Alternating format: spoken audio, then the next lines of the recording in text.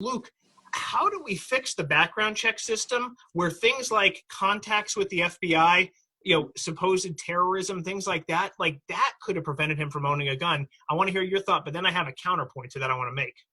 Yeah, so I support extending that system because from what I know, the shooter was actually on an FBI watch list, which means that I think there should have been a more strenuous look into why he was on that watch list. Now, the big caveat I'd give here is that I am not a fan of what's called blind banning of gun purchases, which means someone complains about, this kind of comes back to the red flag law idea, right? Someone complains about Luke Negron, right? They say, hey, we don't trust him. So then I get placed because of someone anonymously, secretly behind my back, not in a court of law, putting me on the radar of the FBI. I get placed on a watch list. I don't know that I'm on a watch list. No one notifies me. I don't get my day in court. This is the blind system I'm talking about. And then I go to purchase a gun.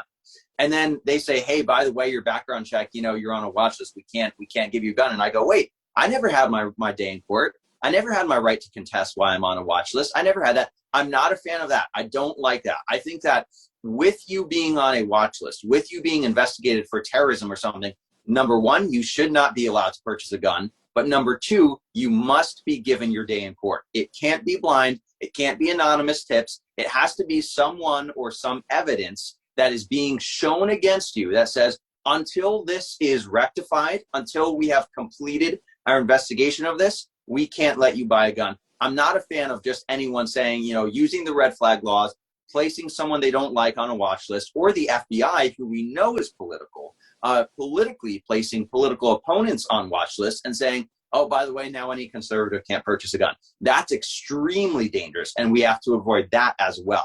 So it's a really fine line we have to find to walk here. But really what it boils down to for me is habeas corpus, right? Your day in court, show the body. You have to be able to show the evidence and to show the person who is charged with this watch list, with this terrorism, whatever it may be, why they are there. And they have to be able to contest it because that's American law. I mean, once we take away due process, we've taken away everything. The precedent set there goes far, far beyond just guns. And I don't like it.